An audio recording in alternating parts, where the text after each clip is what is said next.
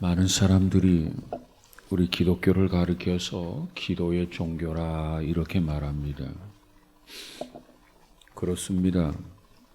기도는 한 사람 한 사람이 하나님과 친밀한 교제를 나눌 수 있는 가장 직접적이고 그리고 위력 있는 통로가 될 뿐 아니라 우리는 이 기도를 통해서 살아계신 하나님의 능력을 체험하게 하는 실로 역동적인 무기가 바로 기도입니다.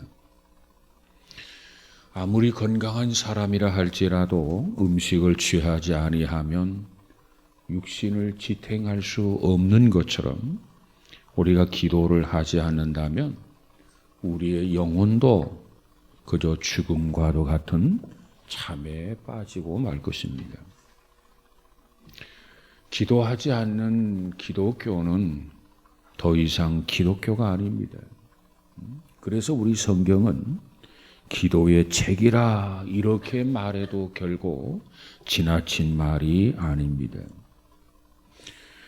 우리가 성경을 보면 기도를 통해서 하나님의 은총을 받은 사건들이 기록이 되어 있을 뿐 아니라 하나님을 믿는 순간순간부터 우리에게 주어지는 놀라운 여러 가지 특권이 있는데 그 중에 한 가지가 바로 기도의 특권입니다. 기도는 우리 기독교의 특권이면서도 우리 성도들에게 주어진 하나님의 놀라운 축복입니다. 성경은 우리에게 뭐라고 말합니까? 내 이름으로 무엇이든지 구하라. 그리하면 내가 시행하리라. 이것이 하나님이 우리에게 주신 그러한 약속입니다. 그런데 문제는 그럼에도 불구하고 우리는 기도를 게을리 할 때가 너무나도 많다는 거예요.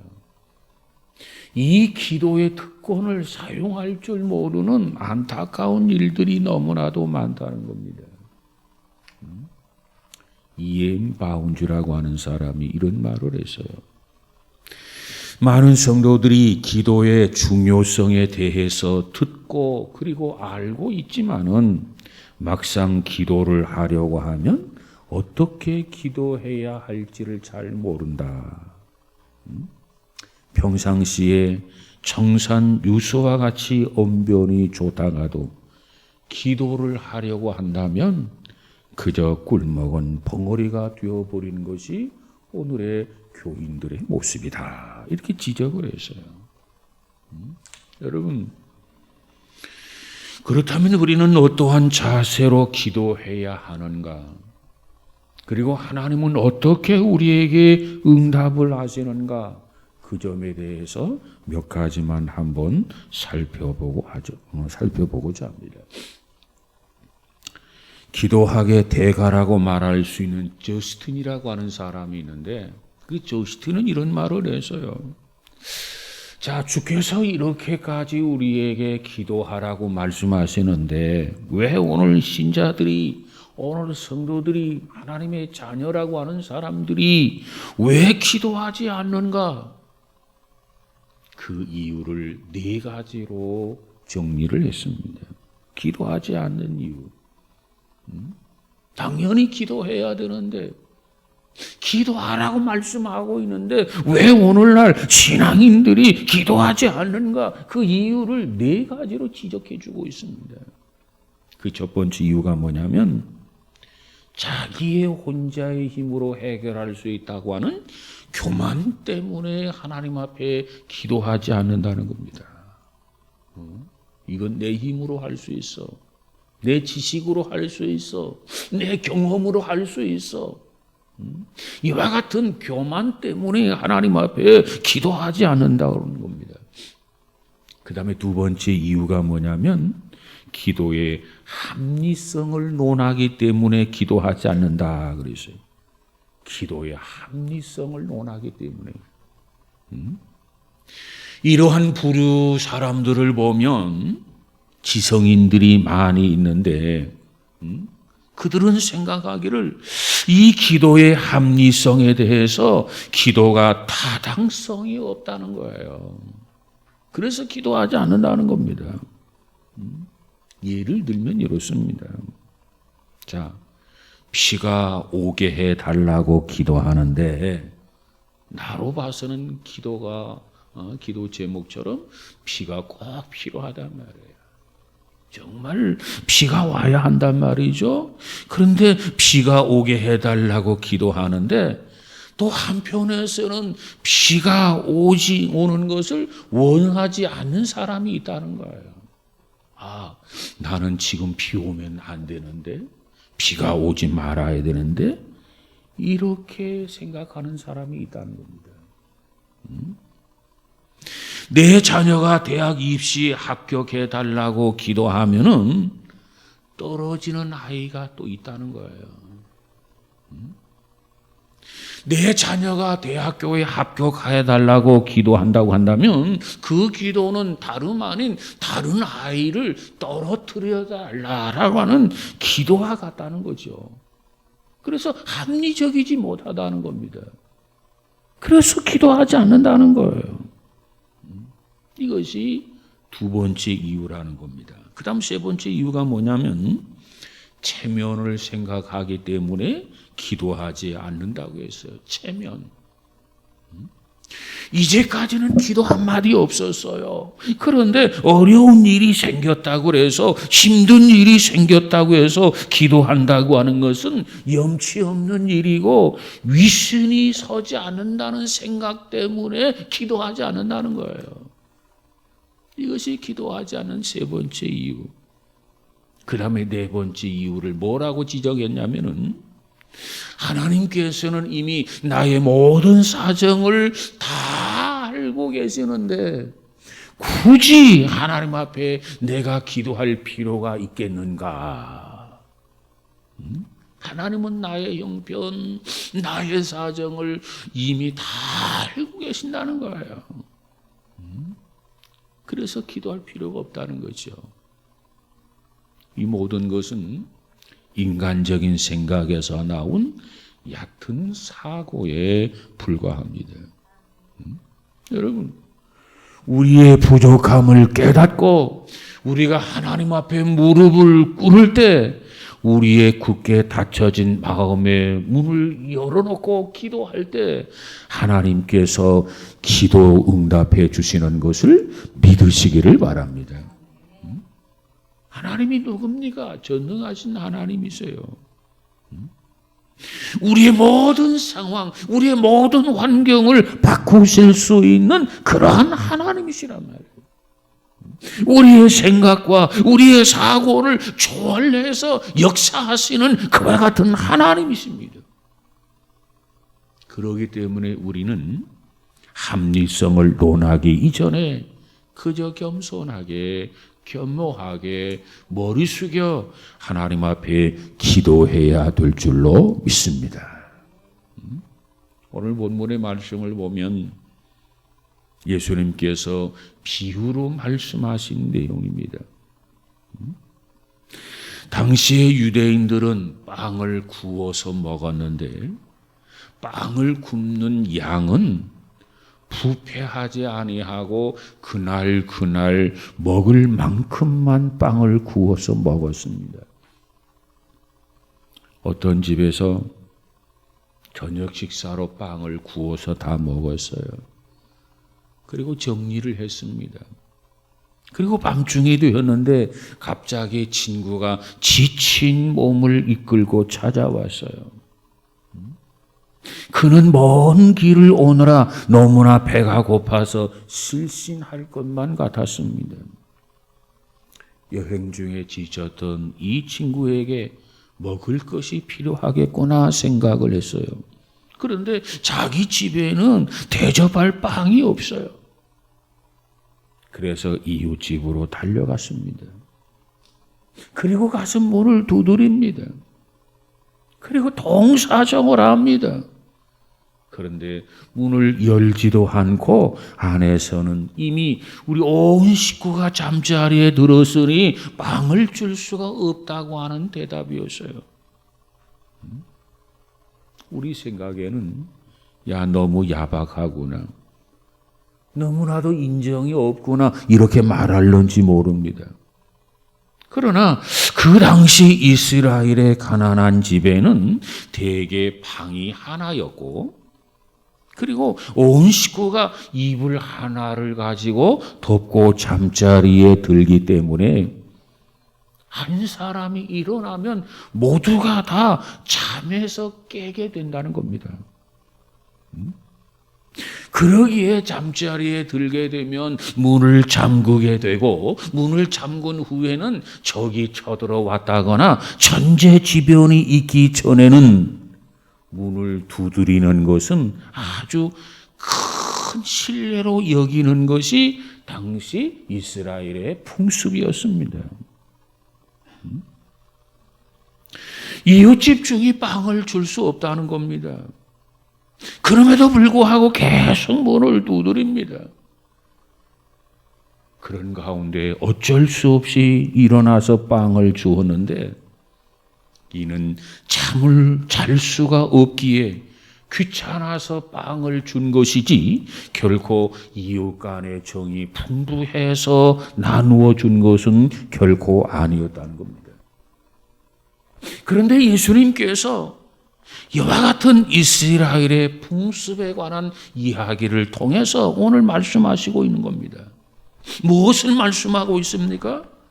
하나님 아버지께 우리가 간구하는 기도, 끊임없이 그저 부르짖고 간구할 때 그 기도, 그 부르짖음에 응답해 주시지 않겠느냐 하시는 것이 오늘 본문의 말씀이에요.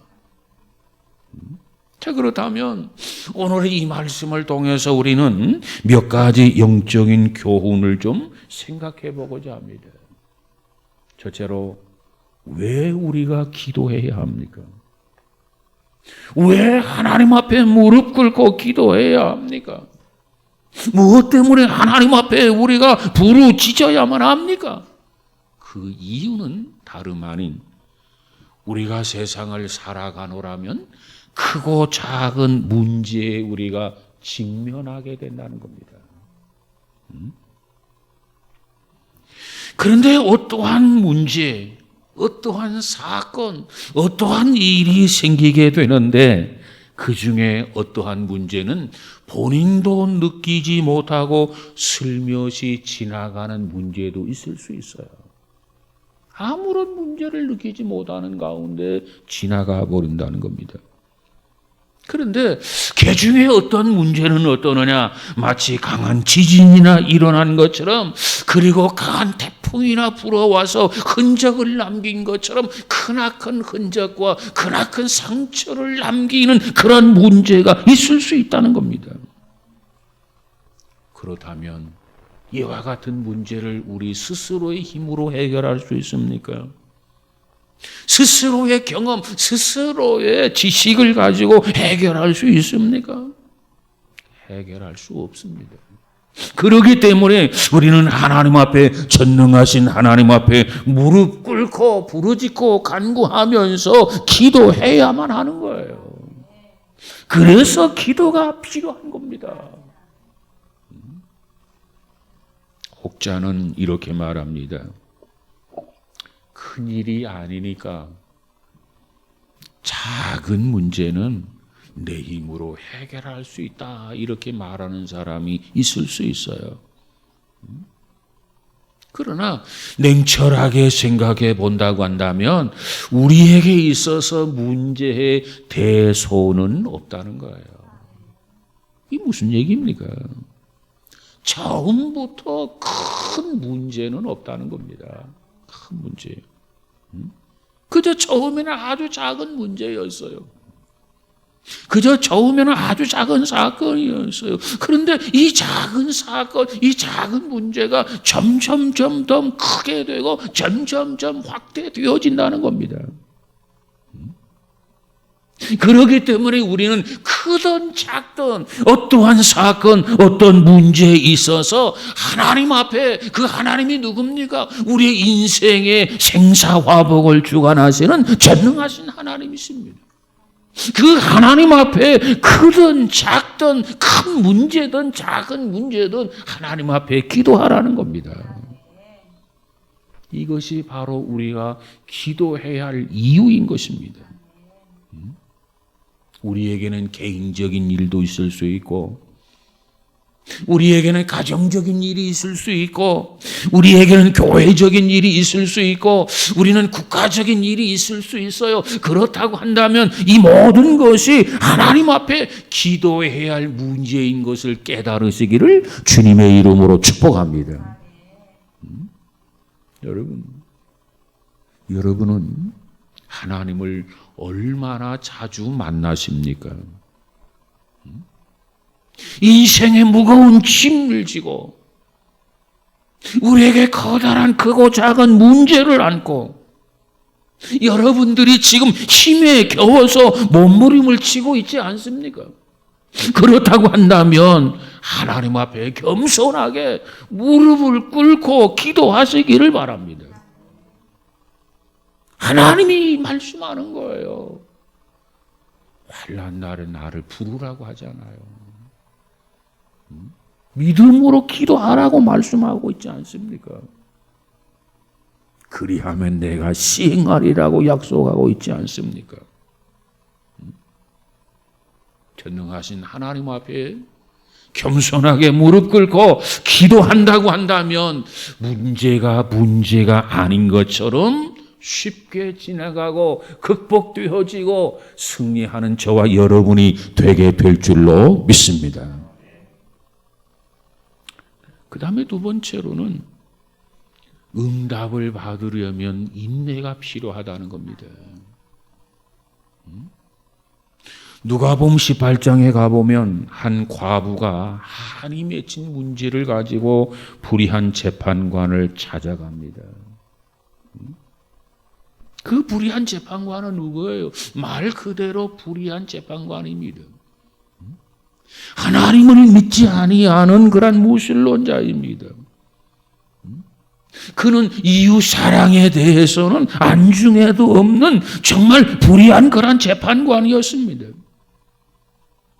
그런데 과부가 매일매일 귀찮을 정도로 찾아가서 괴롭힙니다.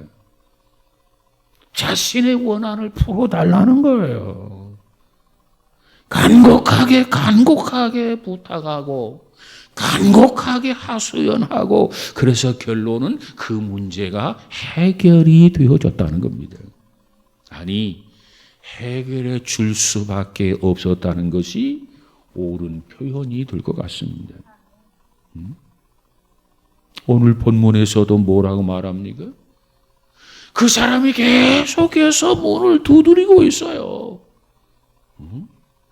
매일매일 계속해서 끊임없이 기도하고 부르짖는다면 귀찮아서라도 번거로워서라도 오늘 이 불의한 재판관이 그 요청을 들어주신 것처럼 우리 하나님께서 우리를 사랑하시는 하나님이신데 이 땅에 독생자까지 보내주신 그러한 하나님이신데 우리의 기도를 들어주시지 않겠느냐는 겁니다. 생각해 보라는 거예요. 왜 그걸 못 믿느냐는 겁니다. 믿고 기도해 보라는 겁니다. 믿고 구하는 것마다 받은 줄로 믿으라 말씀하고 있어요. 여러분, 독실한 믿음을 가진 사람이 기도를 하고 있었습니다. 그런데 그때 뱀 있잖아요. 뱀이 살금살금 기어와서 무릎 위로 지나갔습니다. 그런데도 이 사람은 기도를 멈추지를 않았어요. 참 끔찍하지요. 뱀이 무릎 위에 살금살금 기어서 지나간다? 그런데도 멈추지 아니하고 기도를 집중했다? 옆에서 가슴 졸이며 지켜보던 사람이 물었어요. 아니, 뱀이 지금 무릎 위에, 다리 위에 지나가는 그런 촉감을 느껴보지 못했습니까? 그랬더니 그가 답변하기를, 그랬다면 벌써 물렸을 것입니다. 그걸 느끼지 못할 정도로 기도하는데 집중했다는 거예요. 그리고 또 다른 날에는 이 사람이 기도하고 있습니다. 그런데 임금님이 지나갔어요. 그러나 그는 계속해서 기도를 계속 집중했습니다. 그리고 기도를 드리고 있었는데, 아니 왕이 지나가는데도 기도에 집중하고 있으니까 이를 본 왕이 굉장히 불쾌하게 여겼다는 거예요. 그래서 그를 잡아들였습니다. 그랬더니 그가 이런 말을 했다고 그래요. 기도를 드리고 있는 자는 설령 왕이 옆을 지나가며 말을 걸어온다 할지라도, 왕이 말을 걸어온다 할지라도 그 말을 듣지 못합니다. 뱀이 발꿈치를 물지라도 알지 못할 뿐만 아니라 왕이 말을 걸어올지라도 듣지를 못합니다. 기도가 끝난 후에야 비로소 자신에게 어떠한 일이 일어났는가를 뒤늦게 알게 됩니다. 그러면서 말하기를, 기도하는 일이 이와 같지 않다면 그것은 진짜 기도가 아닙니다. 이렇게 답변했어요. 뭘 강조하고 있는 겁니까? 우리는 기도하면서 그저 이 생각 저 생각을 할 때가 많은데, 정말 우리는 기도할 때 집중해서 하나님 앞에 인내하며 기도하라는 거예요. 우리의 생각이 나누어지면 안 된다는 겁니다. 기도하면서 잡념에 사로잡히면 안 된다는 거예요. 그래서 이 말을 듣고 왕은 많은 생각을 품은 채 고개를 까우뚱까우뚱하면서 돌아갔다는 이야기입니다. 여러분, 기도 응답의 비결이 무엇입니까? 응답을 위해서는 계속해서 집중해서 인내하면서 기도해야 된다는 거예요.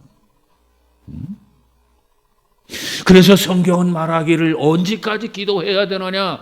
응답을 받을 때까지 기도하라는 겁니다. 여러분의 기도는 어떻습니까? 정말 응답을 받을 때까지 기도하고 있으십니까?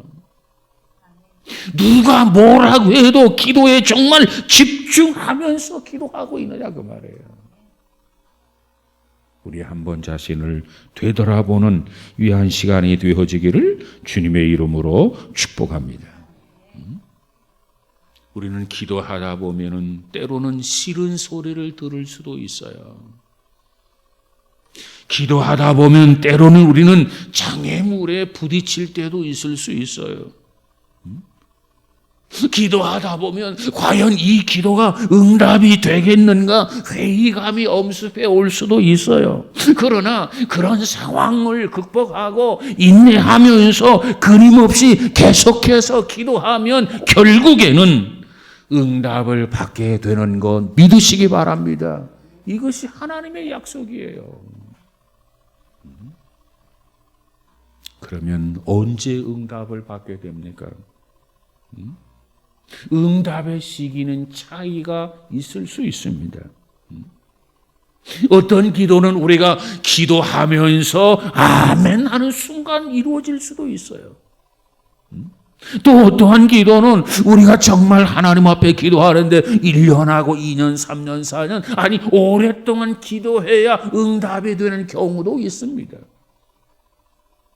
그리고 어떤 경우는 우리가 하나님 앞에 기도하는데 아예 이루어지는 것이 아니라 그건 안 된다.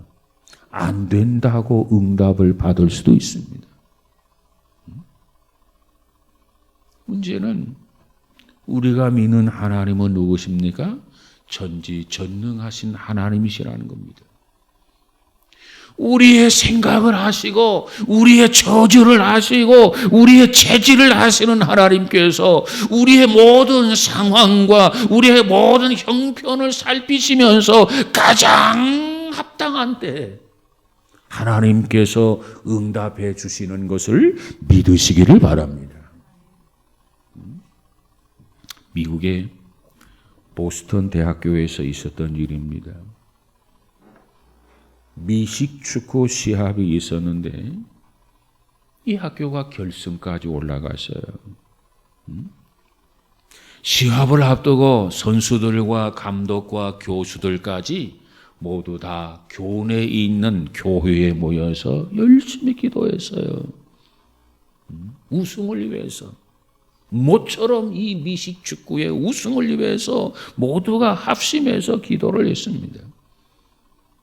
기도한 나머지 하나님께서 반드시 우승케 해 주시리라고 하는 확신을 가지고 승리를 예감하면서 다음 날 시합에 응했습니다. 그런데 그 다음 날 결승전에서 깨끗이 참패를 당하게 됩니다. 모두가 실망을 했어요.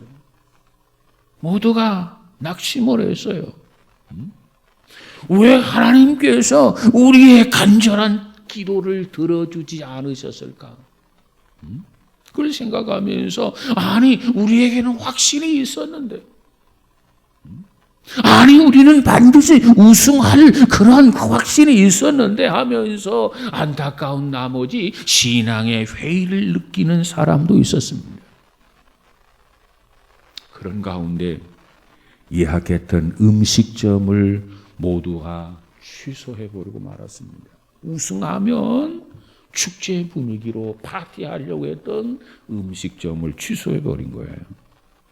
그런데 그 다음 날 시합에 참여했던 사람들은 깜짝 놀랄 소식을 접하게 됩니다. 신문 보니까 그 신문에는 그 음식점, 계약했던 음식점을 그 모든 것을 취소했는데 그 음식점에 화재가 나서 장장 216명이 사상자를 낳게 되었다는 거예요. 여러분, 기도라는 게 이래요. 우리는 모르지만 하나님은 우리의 형편과 처지를 알고 계시고 모든 것이 합력하여 선을 이루도록 역사하시며 간섭하시는 하나님인 것을 꼭 믿으시기를 바랍니다. 그럴 때 우리가 정말 범사에 하나님 앞에 감사할 수 있는 거 아니겠습니까? 어거스틴이라고 하는 성자가 있어요. 어거스틴이 이런 질문을 하면서 이렇게 정리를 해봅니다. 뭐라고 하냐면 왜 하나님께서 우리의 기도를 좀 그때그때 바로바로 즉시 응답해 주시면 좋으련만은 왜 하나님은 우리의 기도를 더디 응답하시는가? 그 이유가 뭘까? 하면서 그 이유를 4가지로 정리해 주었습니다. 첫 번째, 우리의 신앙을 연단하기 위해서 응답을 늦게 하신다는 겁니다. 뿐만 아니라 은총의 귀중성 때문에 우리의 기도 응답을 더디게 늦게 해주는 경우가 있다는 겁니다. 예를 들면 이렇습니다. 우리가 기도하자마자 바로 응답이 이루어진다고 한다면 그 응답이 귀중한 것을 모르게 된다는 거예요. 그런데 1년을 기도하고 2년을 기도하고 3년을 기도하고 오랫동안 기도했어요. 그리고 나서 그 결과로 얻어진 것이라고 한다면 그 결과가 얼마나 소중한가 하는 것을 알게 된다는 겁니다.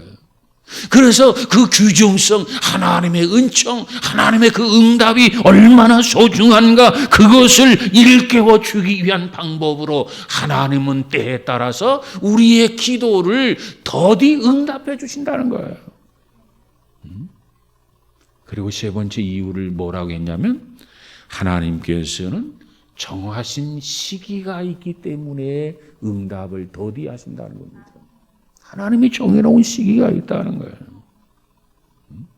뿐만 아니라 4번째로는 하나님께서는 앞으로의 일, 모든 일을 보고 계시기 때문에 하나님은 더디 응답을 해주신다는 겁니다.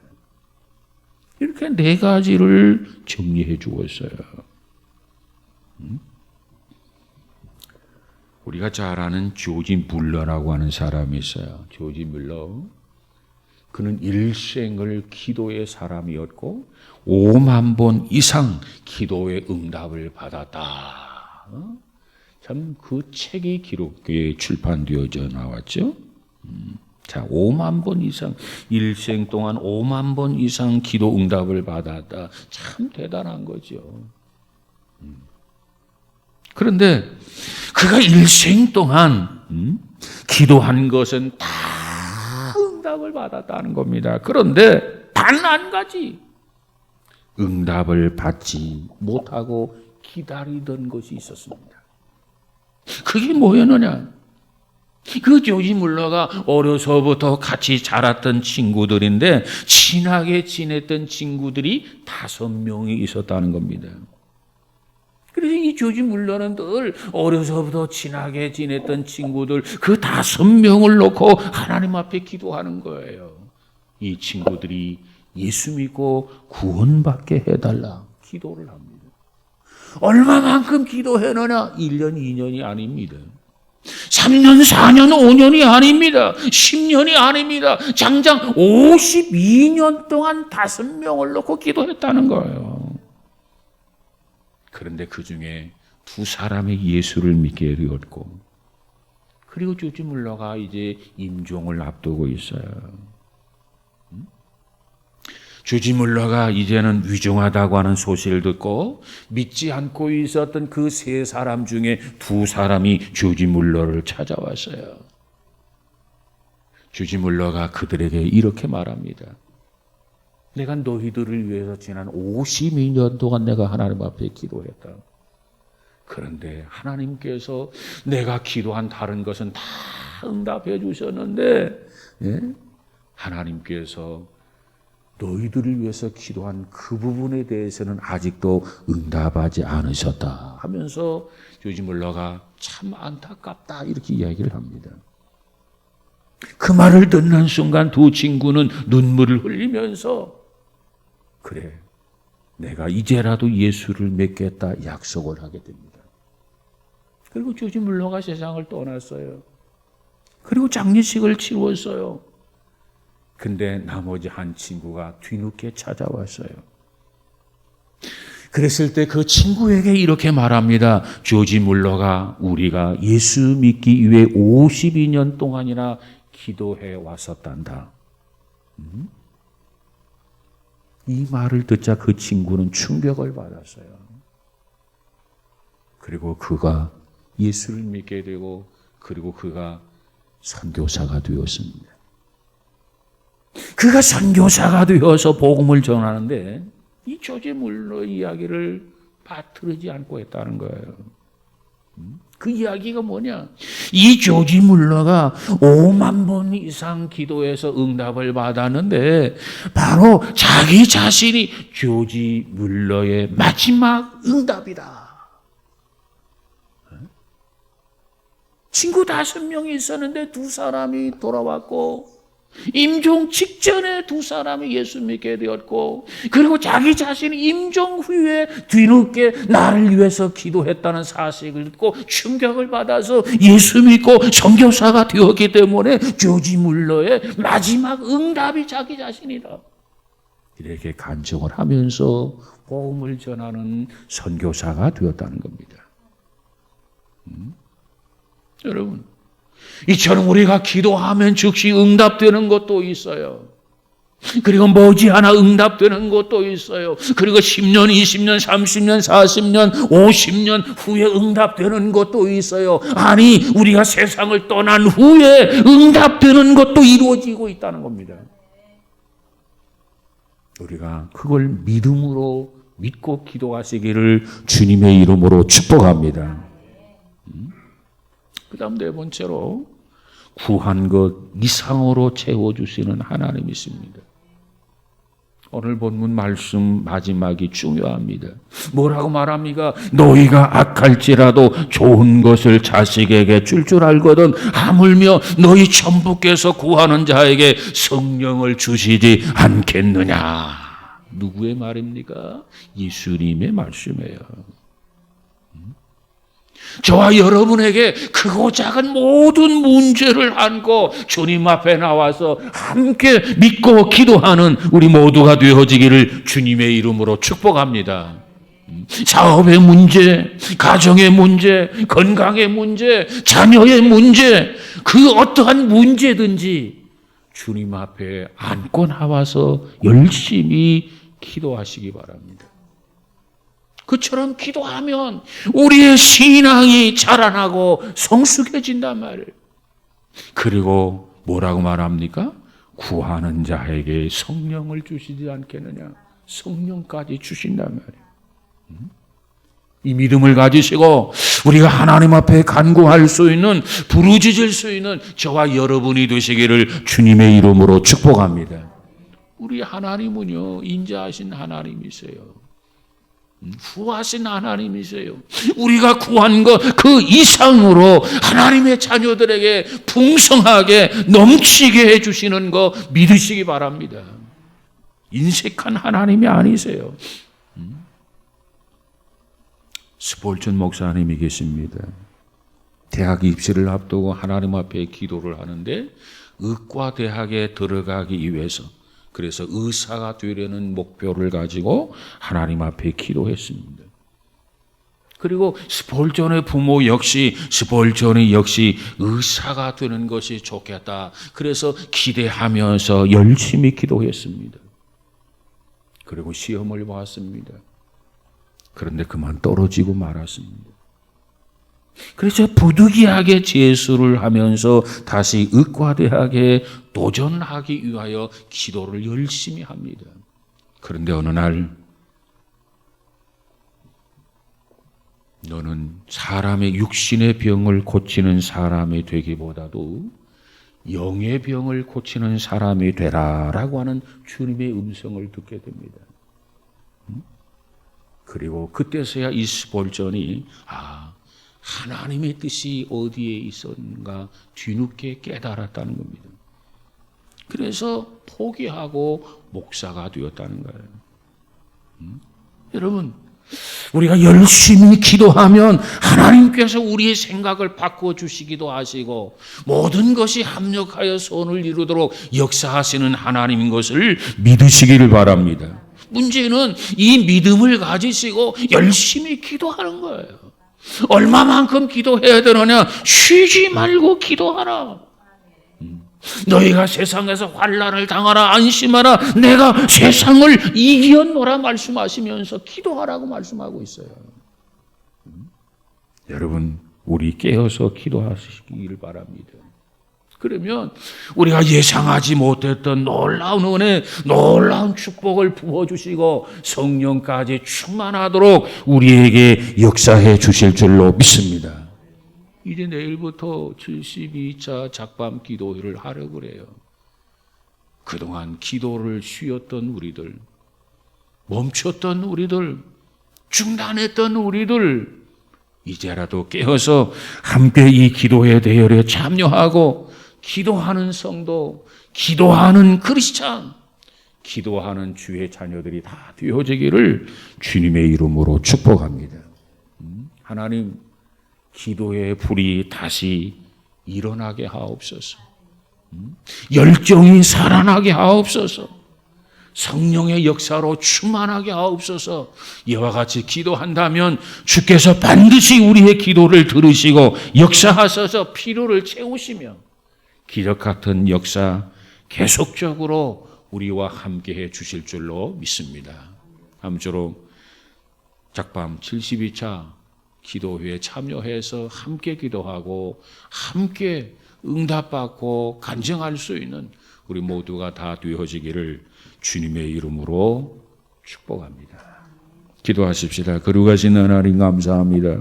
무엇보다도 깨어서 기도하게 하옵소서. 쉬지 말고 기도하게 하옵소서. 낭망치 말고 기도하게 하옵소서. 주여, 기도 쉬는 줄을 범하지 않는 성도가 되어지도록 축복하여 주시옵소서. 우리가 구하는 것마다 풍성하게 넘치게 주님 채워 주실 줄로 믿습니다. 이 믿음을 가지고 달려 나올 수 있는 온 성도들 되어지게 하옵소서. 예수님 이름으로 기도하옵나이다. 아멘.